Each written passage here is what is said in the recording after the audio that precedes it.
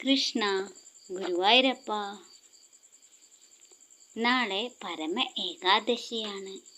ഏകാദശി പറ്റി കുറച്ചു കാര്യങ്ങൾ പറയാം. ശ്രീ ഭഗവാൻ പറഞ്ഞതനുസരിച്ച് അധിക മാസത്തിലെ കൃഷ്ണപക്ഷത്തിലാണ് പരമ ഏകാദശി വരുന്നത്. ഈ മാസത്തെ 2 ഏകാദശികളിലൊന്നാണിത്. ഒരു വർഷത്തിൽ 26 ഏകാദശികളുണ്ട്. അധിക മാസത്തിലെ 2 ശുക്ലപക്ഷത്തിലെ പത്മിനി ഏകാദശിയും കൃഷ്ണപക്ഷത്തിലെ പരമ ഏകാദശി ഉൾപ്പെടെ പരമ ഏകാദശി വ്രതം പാപങ്ങളെ നശിപ്പിക്കുന്നു, ലൗകിക സുഖം നൽകുന്നു, മോക്ഷം വാഗ്ദാനം ചെയ്യുന്നു.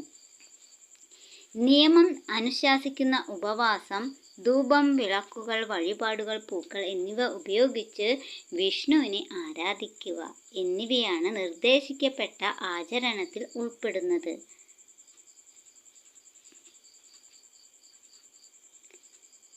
ഈ ഏകാദശിയുമായി ബന്ധപ്പെട്ട ഒരു പ്രധാന കഥയും ഭഗവാൻ വിവരിക്കുന്നുണ്ട്. കാബല്യ നഗരത്തിൽ സുമേധൻ എന്ന ഒരു സദ്വൃദ്ധനായ ബ്രാഹ്മണൻ അദ്ദേഹത്തിൻ്റെ സമർപ്പിത ഭാര്യയും താമസിച്ചിരുന്നു. ദാരിദ്ര്യമുണ്ടായിട്ടും വിദേശത്ത് ഭാഗ്യം തേടരുതെന്ന് ഭാര്യ ഭർത്താവിനെ പ്രേരിപ്പിച്ചു.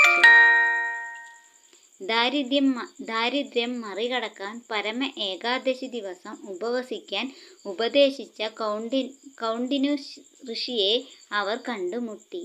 ദമ്പതികൾ മുനിയുടെ മാർഗനിർദ്ദേശം പിന്തുടർന്ന് പഞ്ചരാത്രി എന്ന 5 ദിവസത്തെ വെള്ളമില്ലാത്ത വ്രതം അനുഷ്ഠിച്ചു. ബ്രഹ്മചര്യം, കുതിര അല്ലെങ്കിൽ നെയ്യ് ദാനം, ദാനധർമ്മങ്ങൾ എന്നിവയ്ക്കുള്ള സ്വർഗീയ പ്രതിഫലങ്ങൾ ഈ വ്രതത്തിൻ്റെ പുണ്യങ്ങളിൽ ഉൾപ്പെടുന്നു. വ്രതാനന്തരം അവർക്ക് ബ്രഹ്മാവിൽ നിന്നും അനുഗ്രഹം ലഭിച്ചു. ഒരു രാജകുമാരൻ അവർക്ക് അഭിവൃദ്ധി നൽകി. അവരുടെ ബുദ്ധിമുട്ടുകൾ ലഘൂകരിച്ചു. ഒടുവിൽ അവർ ആത്മീയ പൂർത്തീകരണം നേടി ശ്രീ വിഷ്ണുവിൻ്റെ ദിവ്യലോകത്തിലേക്ക് പോയി. ഭക്തിയോടെയും ആചാരങ്ങളോടെയും പരമ ഏകാദശി ആചരിക്കുന്നത് പാപമോചനം, ഭൗതിക ക്ഷേമം, ആത്മീയ പുരോഗതി എന്നിവ വാഗ്ദാനം ചെയ്തു. എല്ലാവരും നാളെ ഏകാദശി എടുക്കുക.